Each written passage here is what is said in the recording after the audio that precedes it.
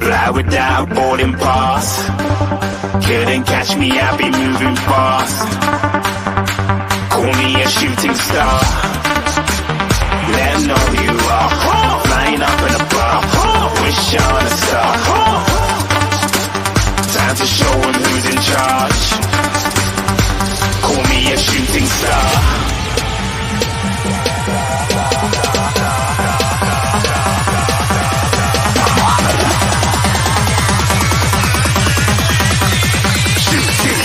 Didn't even get to cross.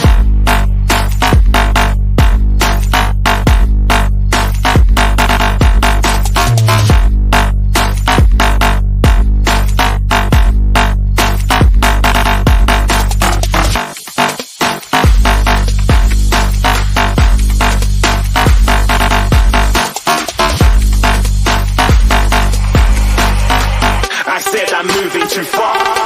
Get to glass.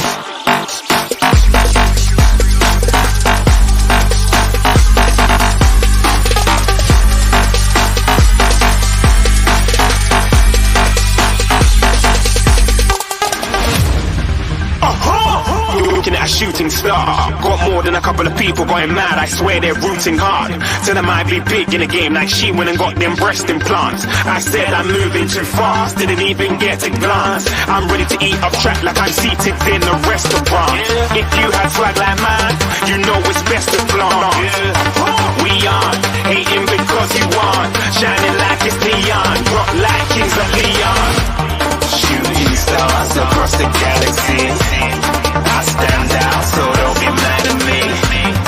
Infiltrate, I'm with my strategy. When I turn up, then I just have to leave. Shooting stars across the galaxy. I stand out, so don't be mad at me. Infiltrate, I'm with my strategy. When I turn up, then I just have to leave. Yeah, shoot, shoot. Yeah, shoot, shoot. Yeah, shooting, shooting. Yeah, shooting, shots.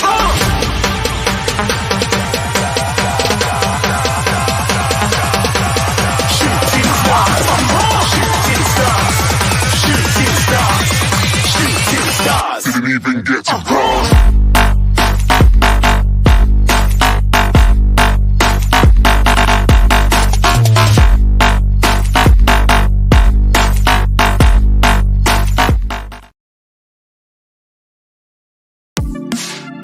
The first game we look for, Robbie. Tottenham away. When we got Tottenham away?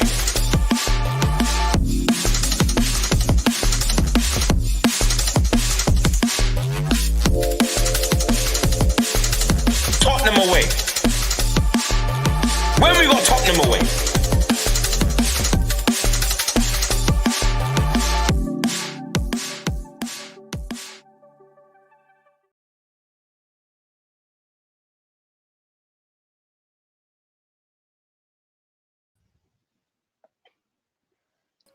What's happening, people?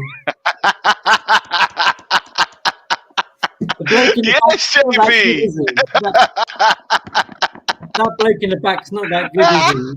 That one that's meant to be turning on the bits and pieces as we go along. What's happening? How is everybody? We are the capitulation, the post-mortem, the debrief. Here we are on Best Show Monday night. Hit that like, hit that subscribe, and let's go. How you doing, Niggs? Yeah, Liz, you know what? Big up to everyone. Big up to you, JP, and big up to absolutely everyone that's following us in the chat, rather. And those of you who are not in the chat, thank you for joining us all the same. Big up. Make sure you smash a like and subscribe and all of that, guys. Yeah, mate. Do you know what? I went through every emotion yesterday. You saw it in the post-match video that I did. And then after that, I done another one early hours of this morning, actually, and I was still so angry. But like anything in life, man, like we have to bring it back to some level of normality, if you like. So This evening, that's it now. I'm happy to rationalize my thinking again and try to make some kind of sense, if possible, of what the hell happened yesterday.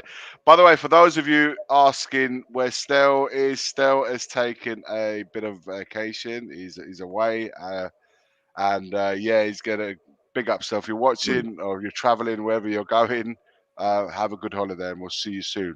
Yeah, he's on a well-earned break, guys, and but he will be back soon, of course. Yeah, definitely.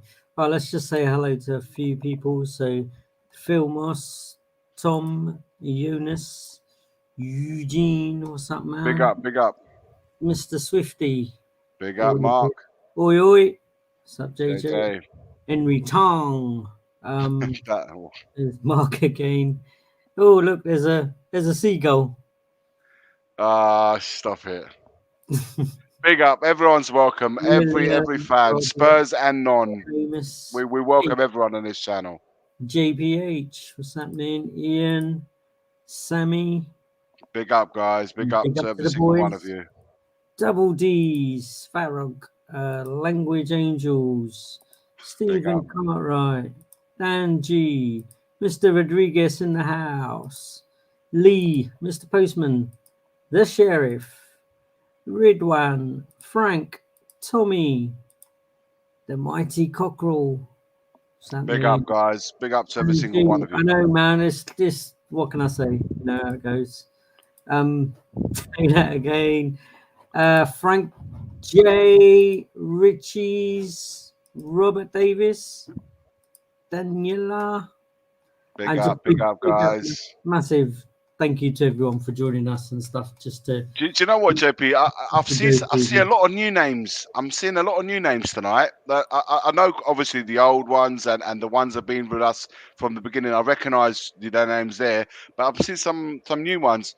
Guys, for all the ones that are new to the channel or recently just joined or following the channel, one of my personal things to ask, and I love asking this: where is it? Which are you? Which country you from? Or where you live in, the country you're living, you reside in, let us know. I'd love to know, like, because obviously Tottenham away, it's not just for Spurs fans in London or in the UK, but all over the world. So I'd always love to know where everyone's you know, following us from. So I love it. New Zealand, Kiwi Spurs TV, big up, guys. massive. And the Scotland and Scotland. I was up there recently. where were you, Scotland again, with JP? Oh, mate, I went on a tour, so I went all the way through Edinburgh, went to Aberdeen, then we went right across, got a ferry across to the Orkneys, spent a week in Orkneys. It was good. So we got main US, Helsinki, we've got Ottawa, we've got Jordan, UAE, we've got Netherlands, USA's fantastic. I love knowing where you guys all following us from. It's just great. It's just, do you know what? It's great. Some of these places I've never been to, and it's nice to know that we're there, guys. We're there. It's like being all in one big South place. Africa. Here's my place. No. There's there, Bethnal Green. I remember days. Bethnal Green. I I'm sure I've mentioned this before, but I worked there for many years. Right, not far away from the tube station. There was a restaurant there by the funeral parlor, I think it was, opposite the where was it? It was years ago, man. I was young. God, I was young. It was next to the funeral parlor. There was a restaurant there, and I used to work at an Italian place there for many years. So I know Bethnal Green really well. Some lovely people in the market area at the other side. Brick Lane was one of my places to go for a nice salt beef bagel. If you know, you know. If you know, you know. And Brick Lane was also a place for some cracking Indian places there as well. And Pelici's Calf. Who doesn't know Pelici's Calf? Around that neck of the woods. So I know it. I know it well, guys. I know Cockney Geezer. I know the areas well. I loved it. I loved it. Friendly people as well. Real community So yeah, love it. By the way, I'm reading, guys, every single one of you where it is that you're calling us from, or calling us from, where you're watching us from. So absolutely big up to And every single one of you it wherever helps you are in in the the world. mornings as well, doesn't it? Like when you do those videos, Yeah, just before it used to be good morning Tottenham away. Now I say good morning, good afternoon, good evening, depending where you are in the world, because I'm fully aware that we're being we're being followed by so many Spurs supporters, or even supporters of the channel, from all over. So I'm fully conscious of that. And when I say that, good morning, good afternoon, good evening, I'm saying it to every single one of you that's watching us. So yeah, I love it. I love it, guys. Big up to every single one of you. Big up to Lee. Lee, we how are haven't got you? into it. JP, I don't know where you want to start today, man. Where? We'll say hello to Lee, but how you doing, Lee? You right? No, I'm still not over it, boys. I'm still not over it. Oh, I had to right. go and do the shopping just to clear my head. Let's get him big. Don't look like it helped, mate. It don't What look like went, it don't look like what the went, shopping helped. what went wrong, Iggy? What went wrong? Players or Uh, manager? well, at half time, going in at half time seems to have gone wrong. Um, it's so weird. I have to revisit this again now, so my mood might change back to where I was yesterday. After it's taken me so long to snap out of it, but guys, I don't know. I said in the video, and I'm quite happy for those who didn't watch it. Something at half time. Something at half time. Clearly, I don't know. I've listened to quite a few people. I don't know if there's complacency. I don't know if we thought the job was done. I don't know if the message to say, look, for the next 10, 15 minutes, keep it together, keep it compact. Let's make sure that we don't see. But judging by the high line that we went out in the second half, it doesn't look like that was the message that was sent across. It was more. I would think that it was the message at half time was to keep it going. Let's go and get the third. Let's go and get the fourth. And football isn't always like that, because you got to understand that a team as bad as Brighton were in that first half, ordinary if you like, and however good we were in that first half, the game wasn't quite over. Even at 2-0, the game's never over at 2-0. It's One only of over. those weird scores, isn't Yeah, it? it's a weird score. You just know that the next goal is going to be the difference between ending the game Or or momentum for the other. reopening it. Yeah, reopening the match. And they scored within 2 or 3 minutes, and that, that's just like you're now you're in a game again. And then for 7, 8 minutes, 10 minutes, I don't know, there was a bit of a gap before they scored the equaliser. But even in that 10 minutes between the first goal and the second goal, I didn't feel like we was there. We wasn't fighting. We was very superficial.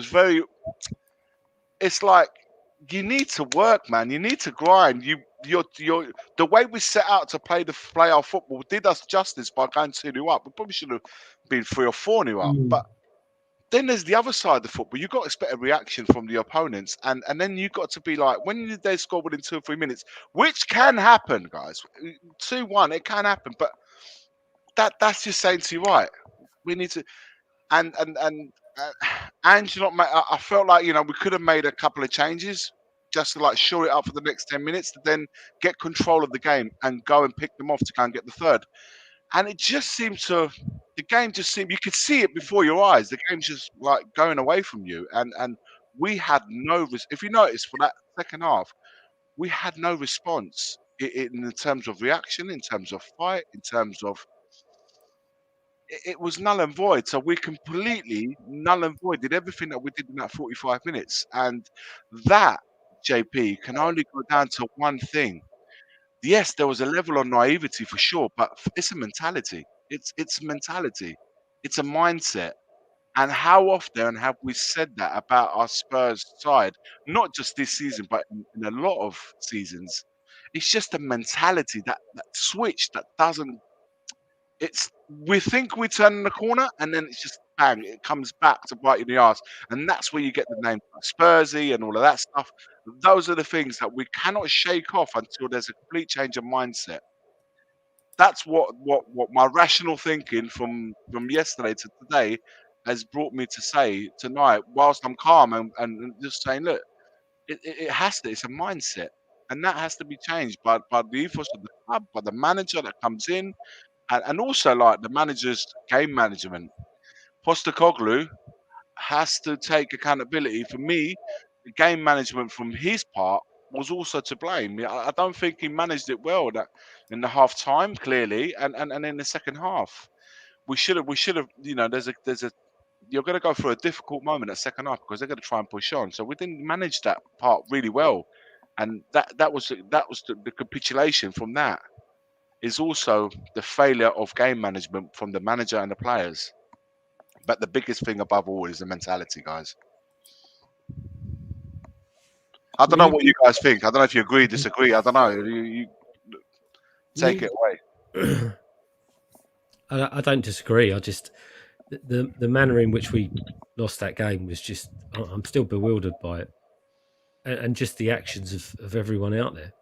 So the first half, I saw a Brighton team that fell right into the perfect setup for Ange Ball to work, right? Leaving plenty of space behind the back, not pressuring us, not putting too much pressure on us, letting us play our ball.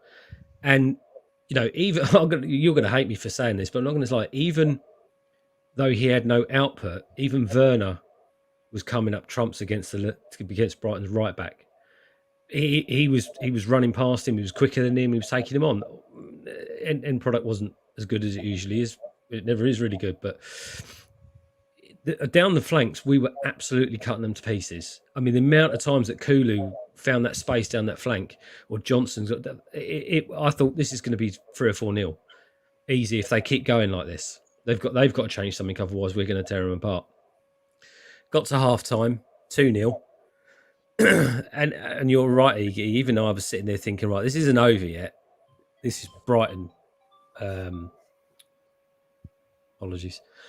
Exactly. And I just thought, let's see what happens when they come out in the second half. And what came out in the second half is sorry, excuse me. It's Ange. Is that Ange again? Yeah, yes. Levy said your checks in the post. Yeah, what came out in the second half, I think, was a team that almost got it in their heads that this game's over. It's 2-0. This game's over. There's no way we can lose this. And it reminded me of a team from a few matches back where I think we all said that they just didn't seem to have any fight or any sort of gust to them, and there was no fight or no bite in the team. And that's what came out in the second half. First half, perfectly fine, no problems with it whatsoever. The second half, it's almost like they got this entitled mindset that they thought, well, we're going to win this game now.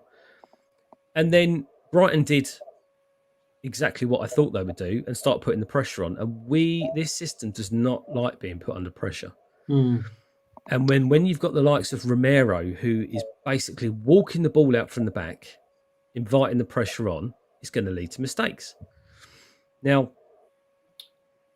I just think we were shell-shocked and just didn't know what to do with ourselves after they got the first goal.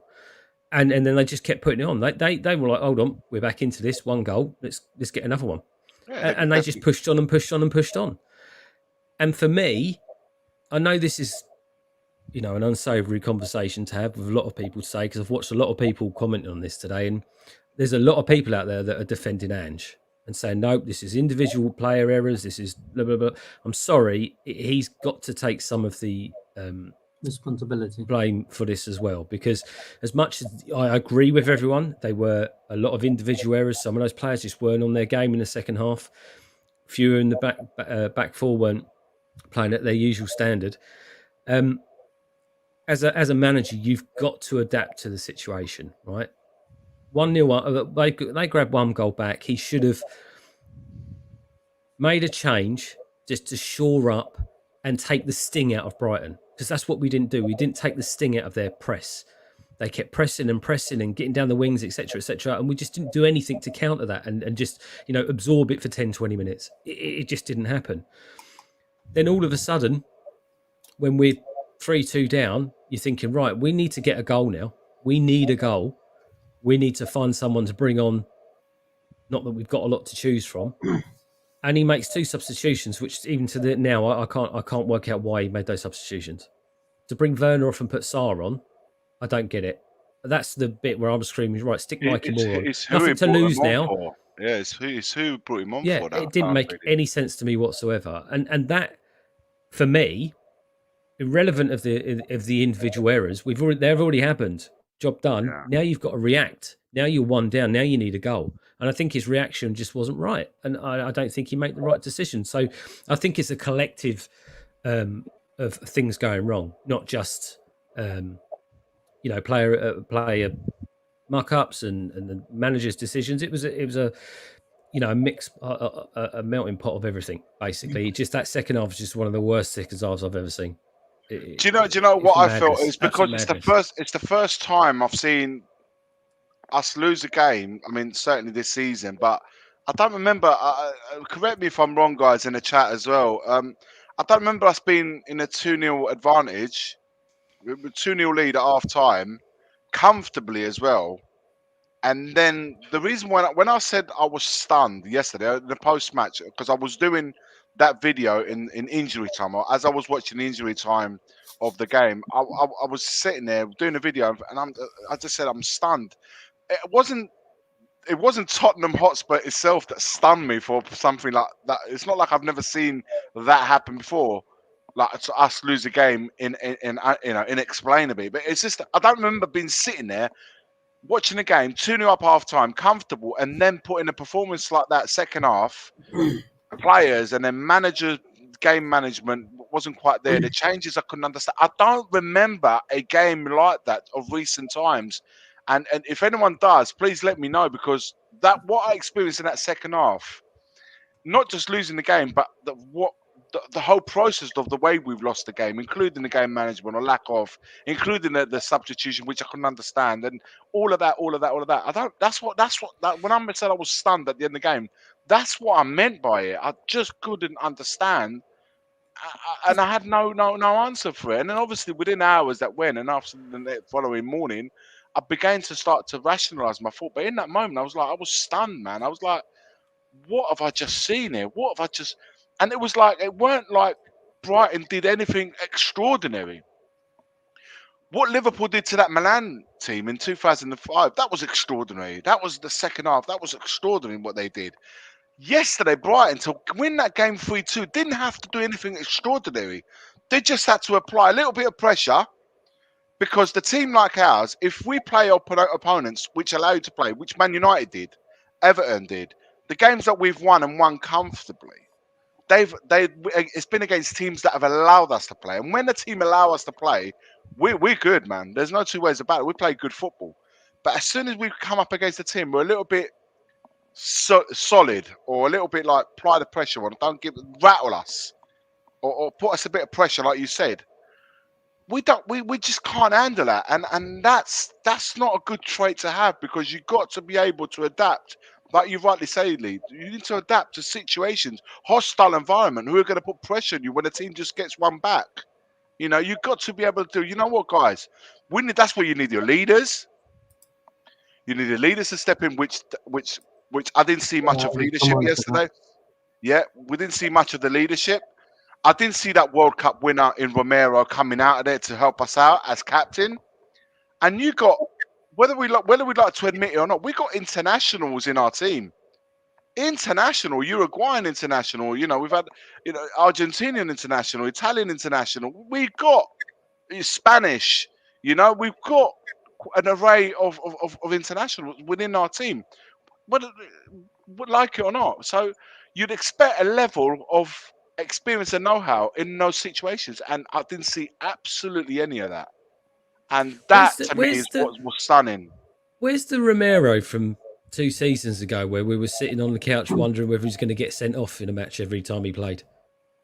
He's just disappeared. He's completely disappeared. His head's gone. His head's in. But do you know what, JP? In that first half, there was a ball that was put in, and the guy missed it. Literally missed an open goal. Let's be honest. Yeah. And Romero just switched off, let him go in front of him, and I don't see. Like I said, it's a mentality. I keep saying it. For me, I can only put it down as a mentality that we have within our team, and in a grand scale of things, and within our club. So, but for now, I want to base it on the team. I don't want to go into the club or blah blah blah blah. I want to just keep it isolated to what we saw yesterday in the game. I mean, from my point of view, I would say that I find it really difficult that the team would just switch off like that. Irrespective of one, maybe one player, two players, whatever, the whole team, I think that's just unacceptable. These are professional football players. It's not like they're all kids and they've just turned up to play a game of football for Tottenham Hotspur. These are professional football club, professional football players. How can they all switch off? I just don't understand that. And from Ange's point of view, like, irrespective of, let's go out and kill the game. Yes, let's go out and kill the game. But he has to know, do you know what, lads?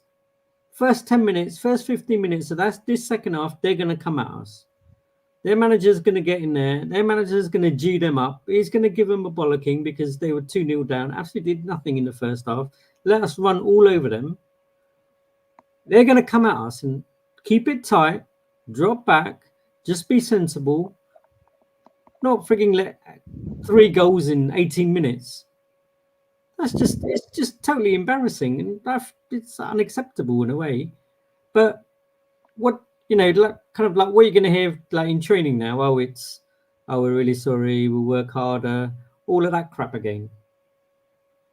You know what I mean? And just like, because I heard Lee talking about this just now, and I did take a copy of this, and they were asking him about the subs. Did you hear all of that? He said, yeah, I could have. Like, would you have brought the subs on earlier, or could you have brought the subs on earlier? It's like, yeah, I could have, but all these things are totally irrelevant to me. Substitutions and all those kind of things. If you're not competitive, it doesn't matter what you do. You're not going to get rewards. You don't deserve to win. We didn't deserve on our second half performance, irrespective of subs or anything else, to get something out of the game.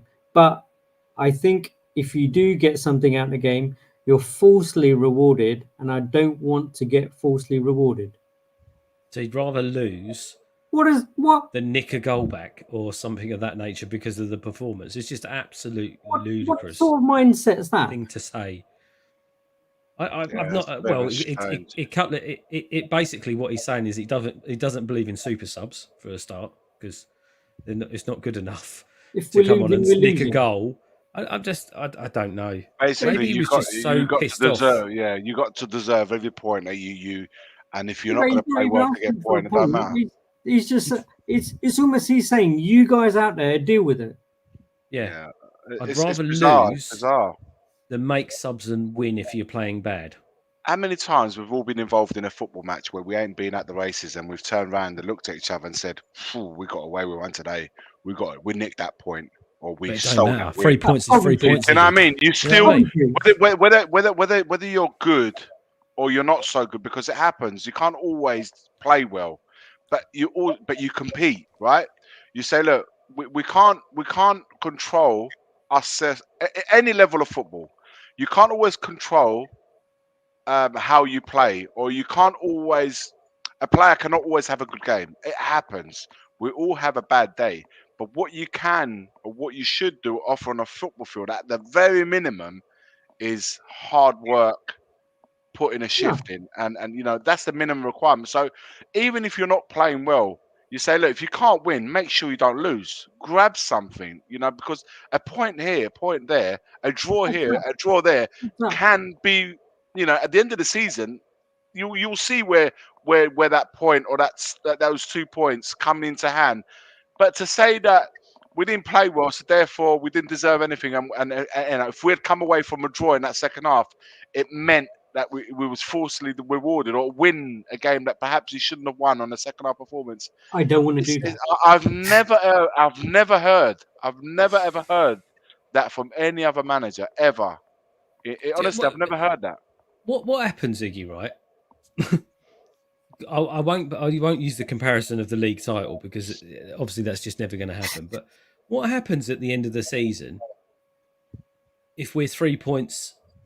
We need 3 points for top four, and that's the kind of mentality you have after 6 games. I didn't bother changing the subs because we were playing so bad. I don't think we deserved the win, and that's the difference between you getting top 4 and not. So you deliberately sabotaged Yourself, the team. It's just madness. This is what I'm taking from that. You deliberately sabotaged by not making subs and saying to those guys out on the pitch, it's your fault that we're losing, and I'm not going to bring these guys on for something that you guys have created. It's mind-boggling. It really is. It's mind-boggling because, like I said, But if that's also his mentality, those players that are out there kind of almost feel, well, I'm going to play anyway, right? Doesn't matter. I'm not going to get subbed. That's my spot. Yeah, I said, but even when he did make those substitutions, it was so random. It was like two midfielders, and we lost. Madison, and we were looking for goals. We was creativity. It was almost like we set up to not concede anymore. Those changes you normally when make we were 3-2 down. when you're 3-2 down, it's like you want to change it, take Madison off to put another defensive midfielder on, fine. But if you're protecting something, look, guys, I don't know. Some of the guys in the chat, the sheriff saying sackable offence. Look, I don't know if that's a sackable offence or not. I just don't understand. I feel even the most, the biggest supporters of Ange Postecoglou are asking themselves today, what the hell was that? What he said at the end of the game? What was that all about? There are. Whether they admit it or not, I mean, listen. I'm never one to say get rid of him or sack him or anything. Like, I know everyone's gone to town. I've heard, what the guys had to say yesterday in the late night stream. It was too late yesterday, but I watched a little bit of it today, and I know they were fuming about it, and it was like, there were questions, big questions have been asked of him. Some of them are saying he's clueless. Postecoglou, like we've entitled the channel tonight. That was, there's all of that going on, and there's not many defenders of Postecoglou from what the game management side, his post-match discussions. Of course, the players must always take accountability. If we're going to give them praise, like I've always said many a time, give them praise when they do well, and they have been doing well of late, albeit against oppositions that we should be dealing with. Yesterday's second half performance, that's the critique. They've got to be criticised. So I personally try to keep it balanced a little bit in my thinking. I've seen this a couple of times, Iggy, and I don't get what's not Ange's fault. Enigma 6. Listen, it's completely his fault for not seeing what was going on in that match in the second half and adapting and changing to stem the flow of Brighton. I'm sorry, it's completely his fault. Enigma, I will say that if Udogie was playing bad, bring him off. Put Spence on. Yeah. Right? If Romero's playing bad, bring him off. Put Dragusin on. But no, apparently it's there. The way that he's speaking is that no, they got themselves in this mess. Get themselves out of it. That's just not the way you coach. I'm sorry. It's just you change to the environment on the pitch and you make changes to try and change what's going on. And he didn't do anything until it was too late. And when he was too late, he made the wrong changes. Lee's not saying take both Romero and Ogie off. It's like if you brought up the name Romero, Enigma, you brought up the name, you said it was Romero's fault. If that's the case, if a player's having a bad game, it doesn't matter who it is, what your name is, take him off. So in that case, because you brought up Romero, and say, look, if he's having that bad of a game, take him off. And same for Doggy, same for anybody. You don't take them all off at one go. Of course, that's not what we're saying. We're not saying take everyone off. No, although that second half performance, we could have taken anyone off. I'm sorry, Enigma. You can't just because Romero's wearing the armband, you can't sub him. You can. Of course you can. He's having he weren't even in the game in the second half. Nobody in this team is indispensable. Nobody. Absolutely, take him off. You take Give him him off. Give him the kick up the arse. Because if you don't, Anderson's a vice then he just captain. does this every match. He gets away with it. We have a captain, we have a vice captain. No one's ever said a captain can't come off. Why? Just because you're wearing an armband that completely absolves you from being substituted? Absolutely not. If you're having a crap game, you come off. And if he's having a crap game like he was yesterday, and he wasn't the only one in that second half performance, but like I said, because of his status, because of he's a World Cup winner, he's a captain. you always, if a ship's going down, you always expect him to be the last one up, and he was one of the first ones to battling, fighting, doing yeah, you always want him to be. You want your main man. You want your main defender. You want the most experienced defender in that team. Like I said, a World Cup winner. You want him to be the last one, to give up. And he seemed to be one of the first ones to. And that to me was very telling. And I say it again. I don't know whether it's a club. Guys, it's to me. It was a mentality. It was a lack of adaptability, a lack of game management from the sidelines, and the team itself. It was just a switch where we all. The thing is, they all did it. It wasn't like one of them did it or a few of them did it. They all did it all at the same time, and that to me. One of them you could give a bollocking to. Yeah, but there was a enough, team. right? Yes, Something there like was a that. team effort. But the fact that every one of them just almost, I don't know, just got shot in the foot. I think Ian was the one that said it yesterday. Ian said, we had our goalkeeper literally didn't do anything the first half, and the second half he's having to pick 3 balls out of the net. Yeah, he didn't have anything else to do but And he pick made the a ball out of the couple of net. good saves. Yeah, so I'm like, guys, 24 hours later, or just over 24 hours later, it's hard to to understand exactly what that second 45 was all about, because it hadn't happened. We've lost games. We've played badly in games in the entirety of it. We've been to a lot of games, JP, where we've played badly and lost. But yesterday it really was a game of two halves. And sorry for the pun, but that was the first 45 and second 45. It was like watching 2 different matches. It wasn't like, man, there was only a 15-minute gap between the first half and second half. How can that be? 18 minutes they banged in 3 goals. It's insane, incredible. Right. Let's just have a super chat. We got to do it. Big up D-Trix. What a week, Iggy. Yeah, the D-Trix. You know what the funny thing is about D-Trix? He only ever comes alive when AC Milan lose, right? But when they lost the Milan derby, I didn't hear from him for 2 weeks. Why is that, D-Trix? Why? Why is that? I didn't hear you on the Milan derby. But anyway, let's move on. Same old Iggy, while he's paying money, mate, it's fine. Always pipes up. Always pipes up. To give him $2 Canadian. yeah, always pipes up. Big up to the sheriff, member for 1 month now. Big up the sheriff. I love the picture, by the way, the sheriff. Brilliant picture, mate. I hope to see something like that. I hope to see one photo like that, but between now and whenever my time is up. It's hard to even think it's hard to even think that could even happen, given a moment in time. But there's the hoping. So I mean, we've kind of spoke about mentality and responsibility and stuff. Like, who really should? We don't have anyone, do we? Who should be doing that on the pitch, apart from Romero? Well, we don't have anything. We don't have anyone with that kind of mentality to be able to want to drag people up or scream and shout at people, right? Well, we did have one. Maybe, right? We did have one, but we got rid of him because we didn't think he was good enough for the team. Yeah. It's exactly the kind of player you bring on to shore up in the middle in a kind of situation like that. But now he's gone, we haven't got anyone. You can't put that on the shoulders of, Madison, someone like that. Like, Suma's not it. Bentancur's really not it. Kulu's not really that person. I haven't seen this, and I think that's what we need to.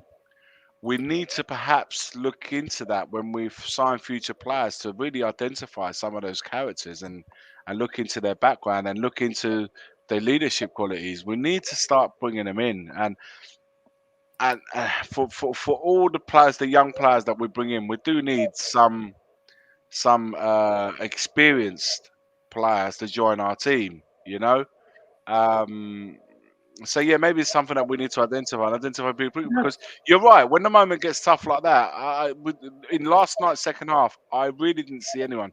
And I've spoken to a few people today that were there at the game yesterday, and because obviously you get a different dynamic from watching the game live than the screen that's in front of you. And they didn't see any of that. They didn't see any of that at all, and that's why they were raging because sometimes you just want to see players roll up their sleeves and just say, right, we're now 2-1, guys, we need to wake up, because you can see the momentum shifting. Once they got to 2-2, I looked at my son. I said, you know what, this is just going one way now. And the thing is, after they got the 2-2, the first thing you do is you look how long's left. And when you do that as a fan, when a team's just drawing 2-2 and you're looking at the clock, that means you feel that there's enough time, it's not coming. for you to go and get another one, but there's You know enough it's time coming. for them to go and get another one. And that's a bad sign when you're looking at the clock after they just equalised, because you're not looking to see, have we got enough time to go and You get another feel one? the You're looking, momentum shift, don't you, Iggy? yeah, You almost massively, feel it turn. because we quietened their fans the whole first half, and the second half, that first goal completely regalvanizes. You've got the manager coming out of the dugout who's saying, pick the ball up and go back again. He did it again after they drew 2-2, so they weren't content with just clawing the game back to a 2-2. They wanted to go out there in the end and win it. And it's just the way, even that third goal, for me, epitomizes everything about that second half. When we And it got had to be in, didn't it? three players. Yeah, of course it had to be. The But ex-Arsenal player had to we be had in. we had to have three players around that winger who gets the ball. We're surrounded the player, but we didn't do absolutely anything with that. He's gone past them, and then you've got Bentancur, who should be closing that line and seeing the ball out for a corner, and he was allowed to put that cross in on, hooking the ball upwards, and to have a guy in the middle of the box free. Look at that, two players. Look at Just two players around Welbeck and nothing. And it's just Romero, right? Like even look at there, this. Look at this. like there's a picture there. All right, it's a mess up with Adogi or whatever, but Romero's there. He's knows he's the main centre back there. Not once does he look around to see who's behind him. Not once does he look around. And even if it goes past Welbeck, that guy is Bang. on the back Look at him. stick. And Johnson, even in that picture you just put before this one, Johnson's on the edge of the D with that guy at the back. Look, Johnson, edge of the D, with the guy even behind Welbeck, free. And if you look at the next picture, he's still on the edge of the D. He's still on the edge of the D. And if that ball He's goes free. over Welbeck, Yeah. the guy is free. So we're not defensively attentive. It's details. It doesn't. No one's saying you've got to be defensive in your approach to games, but you got to be defensively aware, acute, because yes, everybody wants to see the goals being scored, but you got to try and stop them at some level. That's just Going as the much other way. I mean, that's just as much as the art of JP, football, isn't it? it's, Stop it. put that Stop other slide back up. there's defensive. Stopping goals. Which one? The last one, the one before, we're just looking down the line. Right. What's the first thing you say to any young player? Most basic of football, when in any kind of given situation, is that you always on your toes, ready. Look how many of those people. Look, even Kulu, Johnson, Porro, Romero, they're all flat-footed. Yeah. All flat-footed. Romero should be on his shoulder, Welbeck's shoulder there, anticipating something happening, but he's not. He's so flat-footed that even after he's got to the line to cross that in there, Welbeck's gone already. It's just such basic defending. Romero's just turned around, isn't he? He's like, do you know what's happened there, Lee? He's in exactly the same spot. He's just turned around. It's a very lack of accountability, because if you look at it, yeah, none of those players, and even in the middle, they're all thought to themselves, he's not going to get that crossing. He's not going to get past. Everyone's left it to someone else. Like Werner's left it. Werner's left it to Dogi. Maddison's left it to Dogi. They all left it. As big as you got Werner, who was completely like, he was around there, but he didn't want to do nothing. Maddison just stood on a spot, and Udogi was left to deal with it. He's gone past him. No one's come. Bentancur's come on a cover. How the hell does he even allow him to get across it? He's got to smash him through. There's and five he's people hooked. there. Yeah, they got one player in the penalty spot. One player in the penalty spot, one in back stick, and we're surrounded, and we can't get near him. It's just, honestly, this, if you had to look at the whole 45 minutes of the second half, this is the capitalist. This right there is everything you need to know. And do you know what? Like, I see a lot of games, and obviously we watch Match of the Day for those who like watch other teams I play football. didn't bother I don't watching. see goals like that. You don't No, see goals like that. You don't see second in half performance Championship, like you that. don't see goals like that. You don't see a performance like that. And do you know what? It's such a shame because even though we hadn't played anybody incredibly, because I like everyone tells me, obviously Karabakh and Coventry and Ferencváros, I can never say their name. Man United, worst Man United in history. Yeah, but you know what? Even with that, you've still, because you've beaten them all, you go to games with a level amount of confidence. But I don't know if we went with confidence turned into arrogance, because at half time, like I said, it's inexplainable. And you guys, none of you in the chat are wrong. Some of them say it was bad coaching. Some of them is just saying it was lazy. Others are saying it was just, The thing is, we're Spursy seeing it. stuff. We're seeing You're it too right. much in this Everyone's defence. right. This Even Everyone's if it defence, does right. we're seeing get it too down much. to a level It's of happening too coaching, many times. you go down to a level of coaching. Surely there must be when Monday, Tuesday, Wednesday, Thursday, like on 9 o'clock, 10 o'clock, whatever time it is in the morning that they're doing their training sessions. Yeah. It has to be like, look behind you, look around. Like That's how just can basic they football. That's keep not doing coaching this? at Premier League level, though, JP. That's if you're a No, footballer. that's That's what I you mean. do. That's literally basic stuff, isn't it? It's like they've had it No, completely completely. taken out of them. Listen, the thing with this game, which I'm not as hardcore as Stel and other people when it comes to Ange out and all this kind of stuff. I've always been hopeful that he can change this season. And the last couple of Premier League games, other than this one, there was some, good things coming out of the games. You thought, well, actually, maybe he's learned. Maybe he does need to adapt. Maybe he can change, make the subs at the right time, finish games off, etc. And then this game's just felt like he's going to complete 180 and gone backwards. Complete It's so 180. dumb. And the issues that we're seeing with people not being able to defend and the same mistakes and the same individual errors is just it's things that people have said about he doesn't coach defending or his training sessions has nothing to do with defending. They're all about attack. Make sense now. I mean, when you watch the training evident, videos, isn't it? never ever see anyone. You never see him training or practicing any kind of defensive stuff. It's always about attack. It's attack.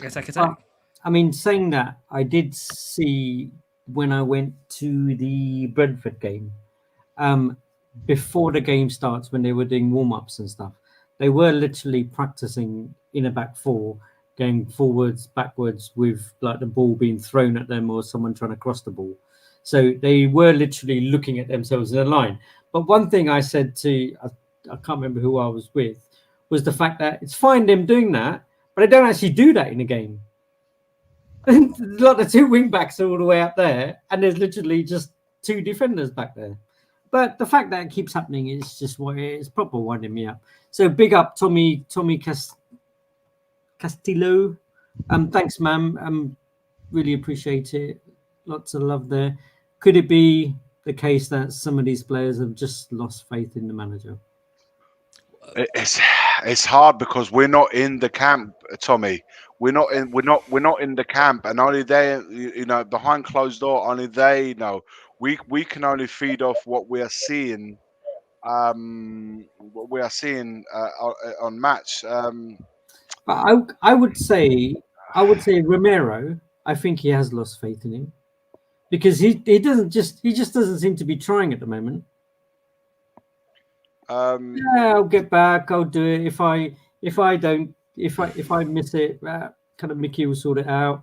If Mickey misses it, it's a goal. It doesn't matter, does it?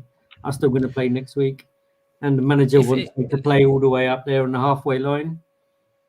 Listen, if any professional footballer's got half a brain cell, right? They don't think for 1 minute that they don't look at the way the team plays, right, and doesn't see the same things failing over and over again, which cost us matches, and not go, do you know what? There's something here that we don't do that we should be doing. So absolutely, do I think that some of these guys could potentially not be completely invested in the way that he does things? Of course. I mean, Romero looks like one of them, but that could just be something else. It doesn't need to be that, but you can't keep making the same mistakes and these guys going, well, I don't think this is working. I mean, it's They anyone must can see talk it. about it, mustn't they? Of Lee? course they do. Like, Of course they do. I'm The sure problem they with will. Ange is he's not a coach. He's not a player's coach. He's a team coach. I think I spoke about this a couple of weeks ago when Madison did a video on another channel that I watch. It's actually a golf channel, but he's into everything, golf, darts, whatever. And they asked him about Ange, and surprisingly, he said he doesn't have personal relationships with the players. I heard He that doesn't before. tell us. He even said to Madison, he doesn't tell me that I'm doing well. I just know I'm doing well because of the fact that he puts me in the team. He keeps it to a team relationship rather than an individual relationship, which is what we said from the beginning. He doesn't coach players. He coaches a style of play, his style of play, into a team. So maybe what Tom is saying, and it'd be maybe that there isn't that contact between players and managers. Like, you're doing your job as a manager, I'm doing my job as a player, and there isn't really a rapport. And the thing is, guys, in football, I remember years ago Steven Gerrard saying something similar about Rafa Benitez. There was a professional relationship, but it was never like connection between him and the manager. And I think I've had other players, and sometimes that happens. Instead, Mourinho and Ancelotti, for example, they develop that connection within the players, because and I feel that that's the right way to do it, because you know what, football is also an emotion. It's like you need to have a connection. You need sometimes, because a manager, you're playing for the manager. The manager's needs to have players that play for him. And I feel like if you don't build that rapport between player and manager, when the times of trouble, then no one's gonna, yeah, guy Jordan, mine was just an example. It wasn't a criticism of Liverpool. Yes, they won silver under Benitez. They did. You're right. But I'm trying to use an analogy to say that they had a professional. It was not, there wasn't a great deal of with other managers. They have some players they're Harry Redknapp, he'll get his yeah, arm they go. around Sometimes you hear you, players, they blah, play blah. under a certain manager, and they will go through a wall for him because they love him. They love him as a manager. I will go through a wall. How many times did you hear say that about Mourinho? They'll go through a wall for him because he develops that rapport with the players, and they give you everything. Other managers, like, they don't want that. Rafa Benitez, he kept them at an arm's length. It's like, you do your job, I'll do mine. And that's not to say that it can't be successful, because clearly for Rafa Benitez did prove successful, but from that point of view, that connection wasn't there with those players, and that's just that's not that's you can only do you, and that maybe Postecoglou, that's how he is as well. So I don't know. I like to feel that my players. I like to feel that there is that connection, because for me personally, if a manager was a bit standoffish and he's just like, and it didn't have that connection with me on the pitch, knowing my character, I'd struggle to go through a wall for him in times of need, because I know he wouldn't do the same for me, and that's what I'm trying to get at. And I respond to that. But other players are, horses for courses. So other people don't get it. By the way, someone asked me. I saw one of the questions being asked. Why don't I do it? Post-match reviews. I do. There was one. There's one on our channel from the Arsenal game. There's one of Brighton. There is. I do speak after the match. I do post-match videos all the time. So head over, and I do morning ones as well. For those who don't know, I do morning videos. If time and weather permits it, I sometimes do it outside the stadium. I do it outside the training ground. So look out for those as well. So just to answer those questions before I forget to respond. One question. This guy, Class. he was good yesterday, wasn't he? Class, but he's not been good just yet. He's been good for a little while. In the first half, I was saying to my son Cam when we were watching it, he keeps getting behind our defense. He just like was flittering around, and he just run through, and he kept overlapping and getting the ball. In his second half, he also turned it up a little bit, didn't he? It's a dream for a winger to get those spaces in behind, and for midfielders to put him through where he can get in behind and cause damage. We had the exact same player on our side on the left that was doing exactly the same thing. He was getting in behind. He was getting through. After 30 seconds, we got him behind. So because those two teams mirrored each other with a high press and leaving spaces behind. So those two guys were getting successful getting behind. The difference is the quality between the one we've got on the left-hand side and the one they have on the left-hand side. The quality in it, once they do that, once they both achieve the same thing, getting in behind, but the quality is in what do they do? Once they get into the situation, does it result into a chance created? Does it result into a goal created, or does it result into a goal scored? One of them Do you know what else that he is tried very to do as well? successful at Iggy? that, and one Much wasn't. cleverer. Much What else? cleverer It's than simple. the other. What else did he do that we barely ever do nowadays? Is when he got past his player or cut inside his player, but a cross in the box. Not Yeah, a knee-high cross, not a tap, not a cross, a No, cut back but from the byline. no, Actually, the just a first- cross. the first blasted 30 into the box. seconds, we could have gone 1-0 up if he'd just squared a better pass to Brennan Johnson. Brennan Johnson was lunging himself. He lunged himself to try and get to that ball, and he couldn't get to it. Oh, That that's was Awan after did that. 30 seconds of the game. Yeah. We could have gone 1-0 up. And let's And the have thing is, it wasn't a hard ball to put him because he was already in behind the defence. So he just had to square it. A decent ball.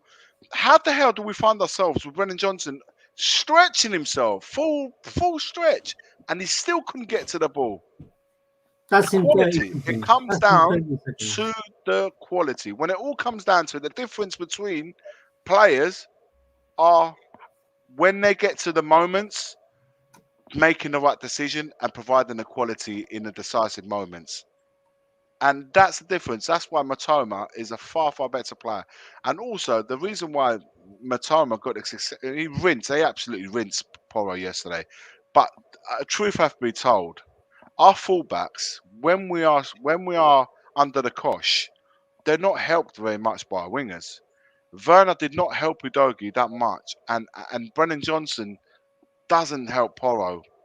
They're both, they're both effective. Well, more effective going forward than they are when at times they say, you know what, guys, can 5-10 minutes, can this, for example, if I'm Porro, I'm saying this guy's rinsing me, man. For the last 15 minutes, he's been absolutely killing me on this side. Can you just drop for five minutes? Just come in and help me out, or call a midfielder close to you. Can you just help me out for 5-10 minutes just to shut him up?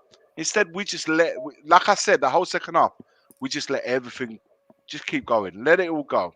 We keep playing the same way. We keep going the same way. It doesn't matter if we are doing well, or if we are struggling, or if the in-game management, like I said, was non-existent in the second half. We just let everything go. And Matoma, seeing that he's got the beating of Porro, he just kept doing it over and over. I'll do it all Because again, we didn't alternate. We didn't change anything in that merit. We just let that play on. And of course, you leave a winger that's on good, he's picking up confidence in good, decent form, and he's got the beating of your right back. You don't just let that go. You keep letting it go. And you know what? It's just, I don't get it. Well, apparently we do, because unless we play perfect, then we don't ever deserve a result, right? But that would be one of the things why and that's like for instance, exactly what Iggy was saying just now. We play the same way, right? We play the same way. It's who we are. And surely, and this is where the players must also lose heart, right? In terms of going, it's not working. It's not working. Listen, boss. no one loses heart when they're winning. When you're winning games 5-6 on a bounce, you're not losing heart. But when you get situations like yesterday, that's a bit, yeah. But even the 5-6 on the bounce, Iggy, like we still get cut open a lot, and we literally said, if Coventry had decent forwards, it'd be in that Karabakh missed the hell of a lot of chances. Out the side. Ferran Rocher, if they had the guy missed a penalty as well. They would have been out of sight. Yeah. Man United. We do even you're right. We do give opportunities for teams to score no matter what the level. So I hear you. I don't know where you guys played, but if you were defenders, you must hate that. I was too short to be a defender. I've always been told you're literally getting done every single game. I've literally been told, when I played football played football, been involved in football. Obviously, not so much now anymore. But when I'm way back then, it's like you ride the moment. Sometimes players used to make decisions in the moments. You see, like, we're under the cosh here for the 5-10 minutes. Can we have one of the forwards just to drop in the midfield with us, give a hand in that 5-10 minutes, and then once we get the better of them, then we let the forwards, go out of midfield and play for the forward. Sometimes you just have to adjust into situations and take accountability for it. And you know what? Even if sometimes it means making decisions, a lot what's happening nowadays, and I see it as well in a lot of new football, players do not want to make decisions that hasn't come directly from the bench or from the sidelines. They can't. It's like almost, it's like, I'm struggling here for the next 5 minutes. We're outnumbered. Can I get one of the forwards to come in or get the wingers to tuck in a little bit so we can stay nice and compact?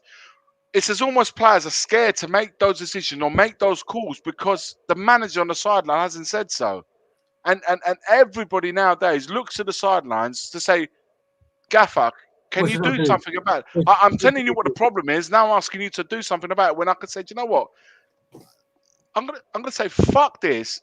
I'm gonna do it now, and I will say as a player, and I used to do it all the time. I will make this decision. I will call you back in here, stay with me for 5 minutes while we get the beating of this midfield.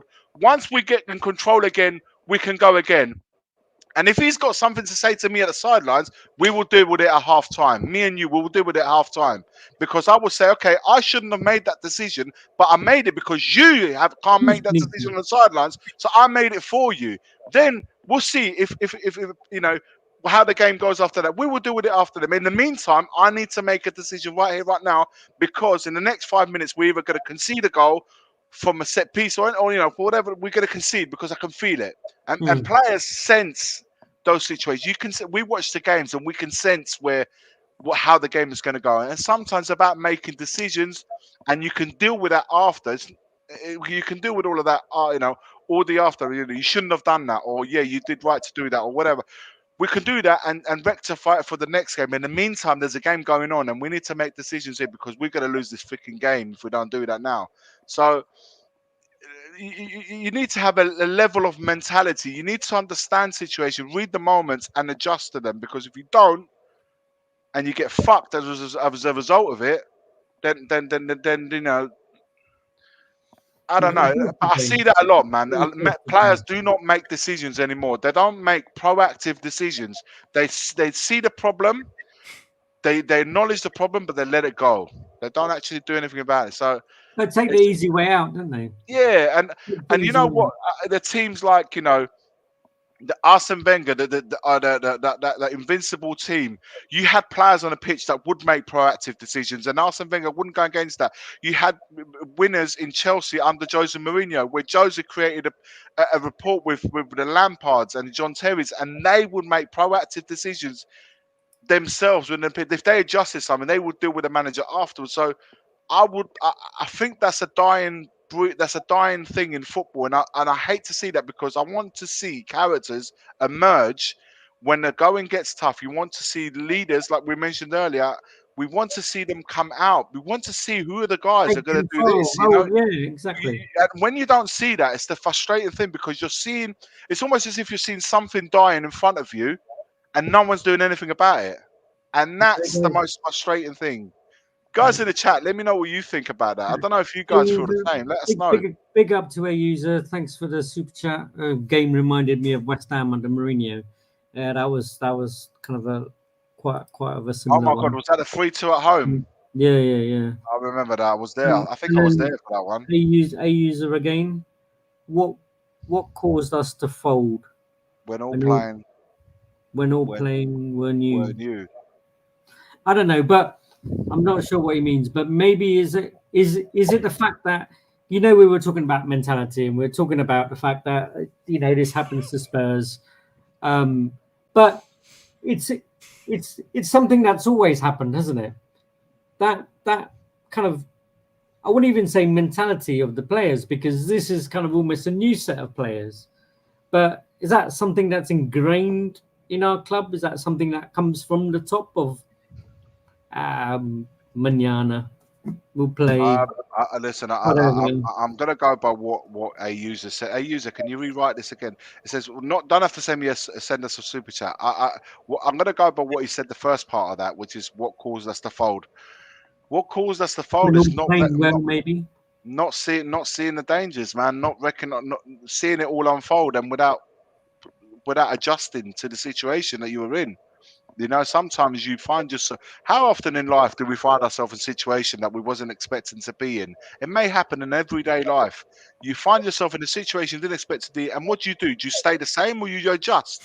You adjust, or you try to adjust to the situation as best as possible, and only afterwards you know whether that was the right decision or wrong decision. Hindsight, in hindsight, you will look back and say, "Oh, I could have done that better, or I did do the best I could do in that situation." But you adjust, is what I'm trying to say, as best as possible when something gets thrown at you. Yesterday, the second half, we didn't adjust for the entirety of the 45 minutes. That to me, I can't explain it. I can't. Still to this day, still today, tonight, I can't explain why that is. Is it the manager's, a lack of ability to do so? Or is it stubbornness?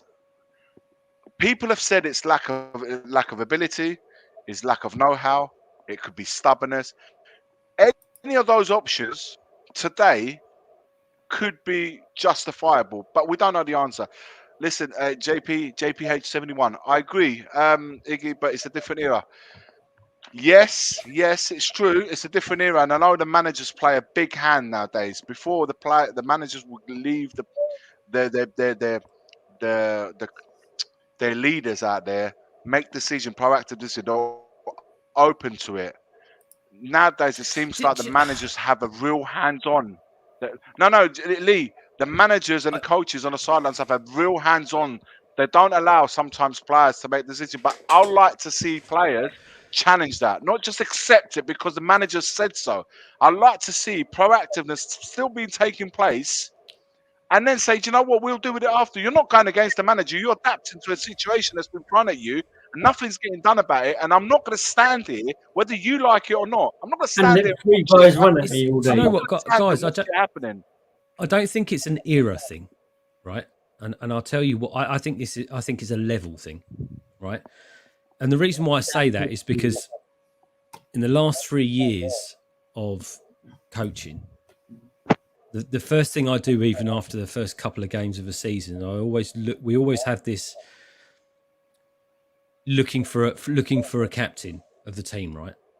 And we always used to give it to the one player that has the football intelligence as well as the skill. Or even if they don't have the skill, it's about the mentality of being able to read a game and understand when things are going wrong, and being able to communicate to other players to change things. And I'll tell you why, because at the level I used to coach at, the one thing that the kids can't do is hear you. They can't hear you and coaches because the parents and everything around them are just so loud. The one thing they always say, we can never hear you. So you have to find someone who's competent and someone that is going to be able to talk to the other players while the game is going, because we couldn't do it. We could, they just weren't hearing us, etc., etc. But that just seems to be, and I don't think it's every team in the Premier League. I think there's plenty of Premier League teams that have a let's call them a commander on the pitch, if you like. I just don't think we don't have it. There are some teams that don't have it, as well as us, but we just don't. And I don't see a player that fits that role. I know it might be a thing of the past, and it's almost like you used to base your team around that, right? You had the Roy Keanes and all this kind of stuff. You used to base it around it, but now it's not. That's not your basis. You seem to base it around your best players, your most skillful players, your most technical players. But you still need that leader and character, as well as players with technical skill. A lot of it's about character, the outcome of a game, more than anything. So I don't think it's an era thing. I think it's. I think the game has moved on, but in lower down the levels, it's still something that everyone looks at. Lee, something come in my mind, and I was hearing some of the boys talking about it yesterday on live late night Sunday night stream. And there were so many in the panel yesterday that I can't remember who actually said it. It may have been Sava, it may not. Don't hold me to that, guys, but it may have been him, but I'm not sure. He said something. Do you feel like maybe a lot of the teams now, they let us play for 45 minutes, work out what we're going to do, adjust in the second half, and then they change? It's like they're almost like as if we're the ones getting baited. They let us do their thing, and then I they don't adjust even it. think they need They 45 adjust it, minutes. and then there's no. They're almost as if like they because our away performances. It might have been Sav actually. Our away performances. It's almost like they watch us. I was like, okay, we've seen what you've had to do, and they adjust it, and they completely do us in the second half. It happened at Coventry, and it happened at one or two other games. It happened yesterday for sure, and there've been one or two other games that's happened as well. United aside, that's happened a lot in our second half where we don't play as good as the first half. And do you think that? Do you feel like? I just want to know what you guys think. Yeah, it's a manager reads a match and then seeing what he needs to That's do what to you do, change don't you? to get a result or change the flow of the match. Let's be honest, the Arsenal match, right? They did exactly what they came to do. They sat back, let the pressure come onto them. They knew that we don't seem to have an answer to a low block, and then just go up the other end and score a goal. That's it, job done. That's all we needed to do. We came with a game plan, we executed it, and we've got the win. Off you That is go. literally the easy formula against Spurs. But what I mean, Brighton obviously didn't do that, right? Because they have a philosophy and like the same as Ange and want to be able to play this football. But he almost said, okay, well let's play this football against Tottenham and let's see how good we are against, how good is our high line against your high line kind of thing, right? They got totally ripped apart. But he was clever enough to go, okay, so what I've seen is let's pressurize their defenders, let's get at them a little bit more, and maybe we don't have so much of a high line. Hey, he did something different, turned out all right. You have to have that. You have to have that. Right, let's move. Just, I guess the last question on it, maybe not the last question, but like, what does Ange do now? How does he recover from that? How do you overcome that? How do you get in the players' minds? Because the pissy thing is, they're all going away for international break now, right? Or like, kind of not all of them, but It's got. I'm guessing the majority of them, right? How does he sort this out? Well, the good thing he's got a bit of a break now. So, look, for me, like I said, the mentality thing is something that you work on. You have to. It's a work. It's a constant evolution of it, and it has to be. There has to be. There has to be goals. There has to be targets. They have to work every day at it all the time.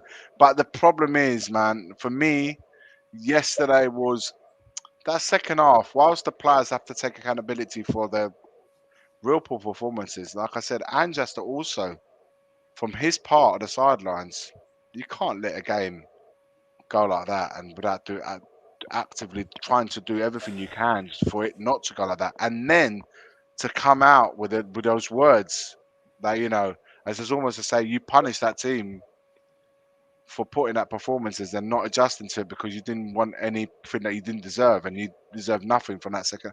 You can't listen. I think what Ange was off yesterday, man. He was off on the game management, off in the post match. It was off in the pre-match because we're now here to provide entertainment and we're talking about winning. We're not talking about any kind of level of winning. It's just providing entertainment. And I don't know, man. I didn't like what he said before or afterwards, and that to me, to a certain level, affects my state of mind and how I look at this team more than the defeat that I saw in that second 45. Do you understand? Because when a manager says that we're here to entertain in the first half, sorry, before the game, and then he says what he did after the game, it questions like, what are we doing here? What's going on here? What's happening here? What are we all about? And the way he talks from when he arrived to now, it's constantly changing. I don't know if you guys are noticing that. It is constantly changing. The goalposts are constantly moving, and I don't understand what's going on with him. It's almost like he's winging it. Yeah, it's bizarre. Yeah. It's bizarre. It's bizarre. You know, normally managers are quite constant in what their message is, and you know that's how you roll the message through, and that's how you change the mentality. But being continuously with your message, being consistent with your message, that same message consistently to the point where when they go to sleep, they have to remember it. It has to be drilled in your head. Here, it's like it's constantly changing. And yesterday I was hearing his his pre-match as when we just want to be entertaining. I like, what are we talking about? Entertaining? What are we talking about here? What about winning? He obviously doesn't understand the fan See, base, but does that's where. I don't know, man. 23 That's years, we don't want to be what entertaining it's anymore. like. Yeah, Do I you know don't who could do that, Iggy? You would say Conte could do that, right? Get into the players' minds, make them change their mentality, make them focused No, when they go on a pitch. You need to do your job. And he JP. can find someone else, drag I him thought over. the boys were spot on yesterday when they said it's entertainment. It's almost as if it seems that this is what the club have taken from it's all that we're as long as the fans are entertained, win, lose or draw, we'll accept that because we didn't like the fact when we was under Conte and Jose, we wasn't playing the prettiest of football. They don't just want to see a team winning games; they want to see us entertaining. So it's almost as if entertaining is above all else. Simple. We've got our Tottenham back. That's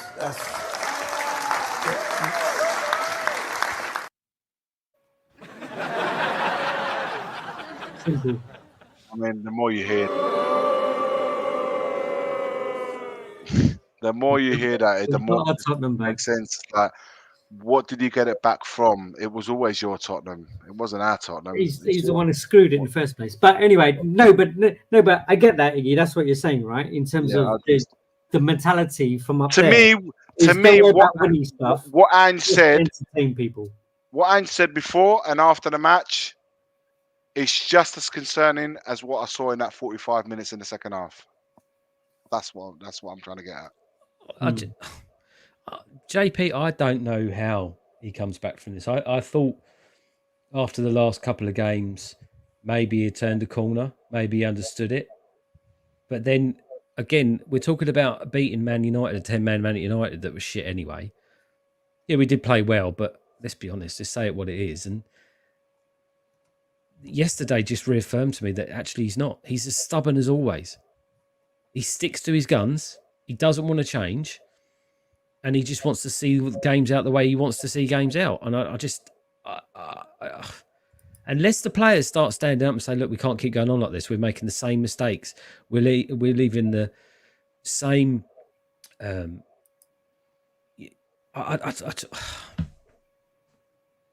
don't know. I'm just repeating the same thing that I've been repeating since the end of last year. And it doesn't seem to be sinking in. And it's not for me to tell him. I'm not his boss. He needs to understand it. But maybe what people are saying, right, listen, he's not a Premier League manager. He doesn't know how to manage at the top level. He's had it. Every club that he's been to, he's had it his way. And now, unfortunately, he's come up against in a league where you don't get it your own way. You have to compete. You have to adapt. You have to change to get anywhere in that league. And now you're coming up with excuses just saying, well, we're not going to change. We just want to be entertaining. Sorry, we've had entertaining in the past and it didn't get us anywhere. Now we just want to challenge. I'm not even, one of these people that say, well, we should win this year. We should win that. We should win Europa. There's plenty of other teams that should deserve to win these things as well. I just want us to challenge for something. I just want us to get somewhere where we can show progress and then maybe we can, if we get to a semi-final or a quarter-final, great, fantastic. But I don't want to keep going out of the third round to a lower level team or playing two teams, lower level, European teams, and then we'll come up against, someone like Roma or Galatasaray and they make us look silly. So nothing's changed. Just, I don't know. I'll keep thinking and I'll come back to you in a couple of weeks. So kind of in a way, it's probably a blessing that there's a bit of a international break now and maybe everyone gets some time to go away and cool down and I wonder who'll come back injured is the problem. Hopefully, you'd like to think nobody. But I mean, what's Ange been here now? 18 months, 16 months? Yeah, he's had a season and 6 games, hasn't he? Yeah, 13 months, 14 months, around that. And I mean, player-wise, I would still argue that he's probably not. And it's sorry. So this is another thing that bugged me. The whole thing about this Archie Gray and all, he's my man, and 40 million pounds that we spent on him, our big budget, and like all of that palaver. He obviously felt in that game he didn't want to bring him on to be able to help the team turn it around. Don't understand that. But this is the thing. This is the thing. It's there's a lot of things that we're not understanding, and that's where the frustration comes from. And some of these things, like I said, we try to even look at it and think about it outside the box, and we can't come to any kind of conclusion. And that's the frustrating part. Even when we speak to one another, whether it's on a stream or it's away from the stream, we just like, we are baffed. We speak to guys that go to the game. We go to the games. We speak to guys that also attend games, home and away, to see what their thinking behind it was, and they can't understand it sometimes. And I'm not saying get rid of the guy or anything like that. I know that many people are, but I'm saying, like, There's no point because what? because Sorry, guys, thinking, hold off. But Bor, can you bring that message up? Chat message up from Boroff. And then let me come back to Richard's message. Basically, he says, "Did Brighton adapt? ? You're all talking nonsense." Sorry, did you watch the game? Brighton did exactly what I thought that they would do. They came out and they put pressure on us. He's just trolling.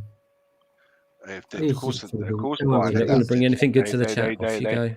A change to adapt. They Changed were and losing the adapted. game As simple as 2-0, that.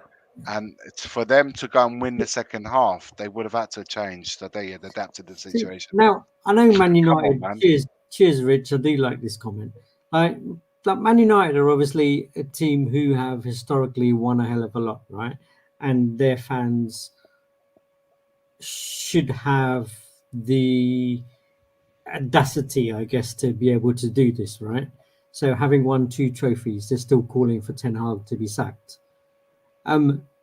Is our mentality different because we haven't won anything and we're just hoping and praying for that kind of piece of silverware and that carrot that gets dangled in front of our noses like every other year or every 4 years or whatever, and then we start again and kind of like regurgitate the whole same process again?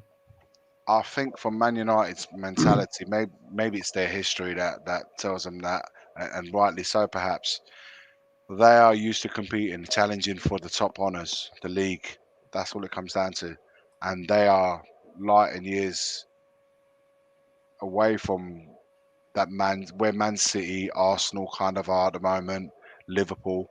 Man United see themselves, or they at least think that they should be competing. No one's saying that you have to win. Only one team at the end wins, right? But they should be with that in that mix. And perhaps they they're like, this guy's they want to see them. They want to see a Man United returning to those heights because they're not used to seeing their team where they are right now. And whilst Ten Hag has been given everything and more that he's asked for, the club has spent money for players that they've asked for. They've gone and got, they spunk money on players like Casemiro and all these other players, and they haven't, they're nowhere near. But I think they've all got a lot of internal issues within the club anyway. So that's the ambition of that club and the fans and everyone alike is to return. And when they're not seeing those steps being taken, they're not seeing Man United get into that stage anytime soon. And that's where it hasn't, for one reason or another, it hasn't seemed to have quite worked out for Ten Hag. And they're right. Ten Hag did buy himself time winning those 2 trophies, but Man United fans are not like our fans. If we'd won 2 trophies, if Ten Hag has bought 2 trophies, would be like he could stay for another 5-10 years, easily. But Mate, Man that's United standards will always be higher, Fergie way standards, higher. right? Footballing standards on the pitch, that, of course. that one guy single-handedly won 13 trophies with a club, and they expect that once the day came where he had to leave, retired or whatever, that the standards had to be kept to keep another manager in, and they've just slowly declined over the years. They've had a bit of success here and there, but they slowly declined, and now it's get to the point where they're literally not looking like they're going to do anything, right? Yeah. And it's well, my old man's a United supporter, so I won't go into it because we'll be here all night. But let's just say, I think they have. Pissed. They still. I think they still have. In my opinion, guys, and I'm looking at it from outside, I do feel that Man United are better than what they're showing. They have their the quality of the players that they have within the team, I think, is better than what they're doing. That's my opinion, guys. I don't know if it's Ten Hag's fault. Maybe the players don't like him. I don't know because I don't live in the Man United world. They will know better than me. But from an outside point of view, looking in, I think they have a better team than what they're better than what they're showing to be. That, in my opinion. Do you know what? I so believe that. I kind of am getting to believe this. Now we are just a social experiment. Yeah, Alex, at the end of the day, you got to understand one thing. We were playing a match at Brighton yesterday at the same time at the Tottenham Hotspur Stadium. The NFL was happening. The Jets were playing versus the Vikings. So that stadium was Spurs Stadium was rammed for NFL whilst we had a match away. So I don't know. Where was Daniel Levy? Was he was he watching what was happening at Brighton, or was he watching what was happening at Tottenham Hotspur Stadium with the NFL? He was shaking hands with the NFL. See what I'm trying to get at? I tell you, he was shaking hands with the NFL. But it's literally like he's just there going, how much? What can I do to piss the fans off? And they'll still come. I just think his priority. Listen, his priority and the club's priority. For me, there's a lot of things happening at the Tottenham Hotspur Stadium. I just don't think that the growth of the team or the ambition of where the team should be is not high on their list. I think it's evident it's not very high on their list. And they've told us this and they've showed us this many a times. But some fans are content with just playing good football and if we're lucky enough to pull away with a trophy, fair enough. But other fans want more, and that's where we have different fans pulling in different directions because we don't see it all eye to eye. Question from John: if we don't win the Europa Trophy, what happens to our team? I don't think we've got the right to say that we should win it or can win it. I still think there's plenty of teams in that Europa League that are better than we're playing at the moment. Well, is it Besic? It's the best chance we've got at winning something if we have a good go at it. They've got that Osman on loan, haven't they? Galatasaray. Galatasaray. There's some good teams, man. Galatasaray, Roma have won this. I think Roma, did they win? It was conference, but they reached the final in Europa. There's teams there that also have the same rights to win it as us. Listen, we have to get through. We'll have to talk about John. I promise you, we'll talk about this further down the line. We'll have to see. My view would be win or lose. Romero's going to go. I think Van der Ven's probably he may stay another year, but if someone chucks a big number, I think Levy will take it. So I think they'll be broken up. I think we should definitely try and get as far as possible in this competition, and then see where we're at, that time. But then, it will all come down to what is it that we prioritize. Do we prioritize depending where we are in the league? Hopefully, it's in a little better position than what we are right now. Do we then push for those league places? Top. I've always said I think this team is between 4 and 7. That's that stretch there. It depends where we are there, how far away from those European places we are compared to where we are in the Europa League. If you ask me, my man, I would always prioritise trying to win a trophy, whether it's in Europe or domestic cup, ahead of wherever we finish in the league. But the club, if it comes down to it, finishing those European places or trying to win a trophy, because we don't have a squad to compete at every single competition. We don't. Europe, domestic cups, and league. We don't. So I think if it comes down to that, we will prioritise the league, sadly. But if we're way off the league places and we have an opportunity in the cups, then yeah, I would go all in for those. Yeah, For but the Europa. I mean, the Europa's probably a better opportunity than the league, though, isn't it? Yeah, for sure. For sure. Look, we got Man United next in the EFL Cup. Sorry, Man City in the EFL Cup. So we're at home. So, JP, did you say the Europa is a better chance than the league Yeah, of winning it? yeah. We got no chance of winning the league. No, so I mean, think it's I mean qualifying for the Champions League. Oh, okay. Sorry. Because then, I mean, obviously, it's hitting top 4, right? Because that would be league. I just think game, right? I just think it's such a. I think there's enough teams that we're on the same kind of level playing field in the league this year. That group of top 4 potential teams is bigger than we think it is. I think it'll be a harder slog this year to get top 4 space.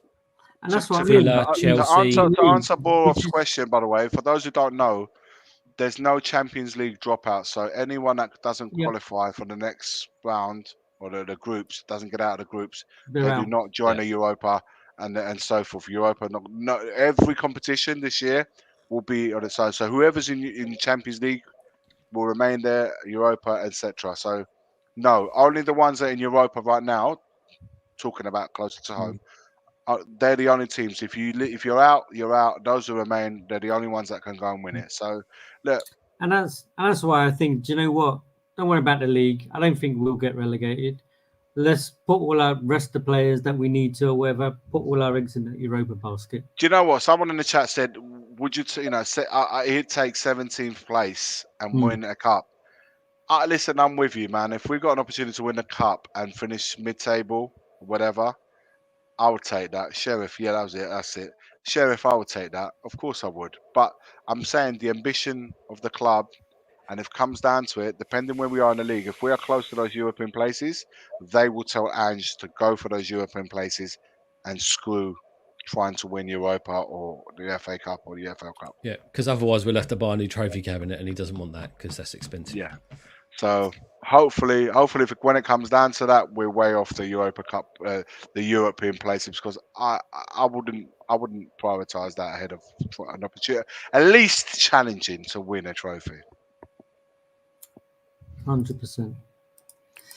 Right.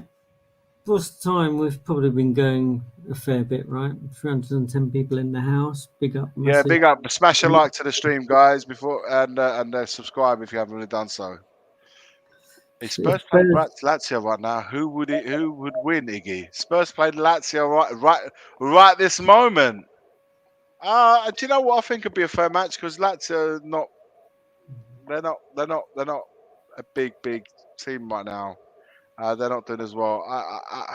Away from home, I don't know, because we've been really poor away from home. So at their ground, I think they'd probably win it, and at our ground, I think we'll win it. So I'm not sitting on the fence on that. I just think both clubs are better at home. I don't think Lazio will get a result at Tottenham Hotspur Stadium, and I don't think we'll get a result at their ground because of our away form is so poor, or we haven't put enough wins to make me think that we do well away. And Galatasaray, going to play Galatasaray at their ground, it's going to be a really good test to see where we're at. It's going to be a tough game, ain't that? Really tough game. Yeah. That's probably one I'm not looking forward to. And I heard loads of Man United fans saying that they had a bit of a nightmare time going over there. So fair play to the Tottenham fans that are going. Josh been over there just going, look at what you could have won. Scores a hat-trick. And big up to... By the way, Bullseye's coming back, so fantastic. Just regurgitate all the stuff from the 80s and 90s. Jesus. Who's that? Who's that, Nick? Bullseye's being brought back, the game show. No way, really? Yeah. Wow. Getting out for free in a bed. Yeah, the youngsters won't know what the hell we are talking Yeah, about. something like that. Anyway, The oldies, the similar to our age, they will know exactly what we're talking about. Look James it up, guys. Madison's apparently the first Balls- celebrity thrower on there. it was Ian. That'd be funny when it first episode Madison comes out. Yeah, he'll miss. Totally. Right. I think we'll call it a day. Yeah. Unless anyone has anything else to. Where are you getting up to, Iggy, next few days? Do you know what? There's obviously international football, which is a really boring part of it all, in the Nations League, and we talk about playing too many matches, and now we've got these load of matches to be playing. It's just, I mean, for us on the back of yesterday, it's probably come at the worst time because you don't ever want to go an international break having lost the game, but at least, the very least, it gives the opportunity for Sonny to get back for the next time we start playing. So yeah, let's hope we sort of get our heads together and we go again when it's so. Yeah, what I'm going to do with no football being played is I don't really know, JB. Just doing the bits that I've got to do in and around at home. So yeah. I'm How going to about you make guys? Mark Swift's dreams come true, and hopefully by the next week that won't be red anymore because I know he hates the fact that I sit in the red room. What are you It going to will put? be- You're going to put some hot Tottenham stuff. Well, I'm redecorating this whole room at the moment, so I'll be in a completely different position, but it will not be red. He hates it. That's not red. And I is hate it? it. Is that red? Is that red? No, it is. It's red because it's a special paint for cinema rooms because this used to be a cinema room with a projector and stuff in it, so it had to be dark. Okay. But yeah, I wasn't thinking about it when I actually painted it, thinking, oh, a couple of years down the line, I might be live streaming and that will look really weird red colour behind a Tottenham fan. But as you go, as you say. I would never have red in my house. We had that conversation years ago with the wife. Ain't having it. Not having red. Not having it. Right. Bless you to everyone. Thank you everyone for joining us. I will say a big, massive thank you, as much as Iggy won't want to. Big up to Dietrich. Big up to the Sheriff for Big up to Dietrich. Love Dietrich. being a member for a month. Tommy, love you, man. Big up to everyone. You gave us like a good few. And I don't know if we actually got to his question in the end, but I think in the end he says, what I meant earlier, why does this keep happening to us? We've changed managers, we've changed players, yet when you think we've turned the corner. A user, we mentioned it at the beginning of the stream. If you missed the beginning, I don't know if you did, mate, but have you look, it's a mentality. It's the mentality of the club. That's why we get the title Spursy, because when we do things like we did yesterday, that's what Spursy is all about. But that's why in the transfer window, you go, instead of getting players for now, what happens is we buy Archie Grays and Bergvals and stuff, who in games like this can't come on because they're not going to change anything. So what was the point of spending 40 million on Gray and the other millions on Bergvall? Shitload of our budget. To then say they're not ready to play. That all he did by doing that is saying to us they're not ready. And that's the reality of it. So what was the point of bringing them in? It's just, a user, you get the drift. It is what it is, I guess, for now. But we will always remain Levy out. And until that changes, I don't think much is going to change on the football pitch for us, sadly. Our support for the team, whenever they go out there, as much as they frustrate us, as much as they, whenever the kickoff is there and Spurs are playing, we will always be behind the team. Always. That will never change. Certainly not from my part. That will never, ever, ever change. However, in the grand scheme of things, in the club and all of that, there's a lot of things that leave a lot to be desired, but it's too long to go into. But you guys know, for those of you who've been following the channel a long time, will know where we stand with it all. Yeah, exactly. So I don't think there's going to be a North London is ours this week. Big up to Mari. Hope everyone's safe. Yes. But there's an impending hurricane heading towards Florida where Mari is. So keep safe, son, and make sure you're locked down. I'm guessing, Iggy, we'll see what happens on Monday next week, given it's the international break. But for those of you that don't have the same kind of opinion as Stel, and I know you guys love this, he will be hosting the fan show on Wednesday. So if you want to debate, you got a different view, there's your time to come on and have the debate with him. But just to add to that, If you are or want to come on to debate still on the fan show, your camera has to be on. Do not attend or not come if you're not don't want to have the camera on. That is not for you. If you do, camera on, and you can have a healthy debate with Still about Tottenham Hotspur. Yes, I side that Lee with regarding Murray and for everybody that lives in Florida.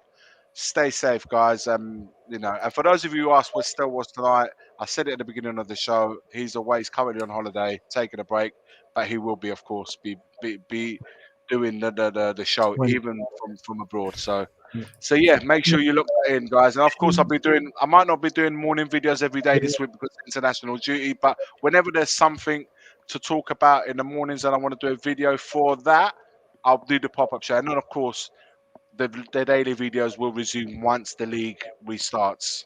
Okay, I'm just going to end on a couple of video clips just so that you guys know. But we'll start with this one. Much love to all of you. Thanks for listening. Hit that like, and if you haven't yet, please do subscribe to us. It helps. Ciao. Because it's time to change the situation if Tottenham wants to change. If they want to continue in this way, they can change manager, a lot of manager, but the situation cannot change. Believe me. Thank you very much. Number one. Where's the other one? They'll always let you down. The last one.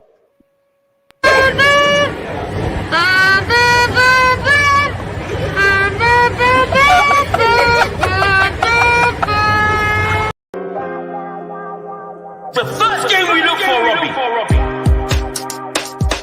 Tottenham away. When we got Tottenham away. Tottenham away. When we got Tottenham away.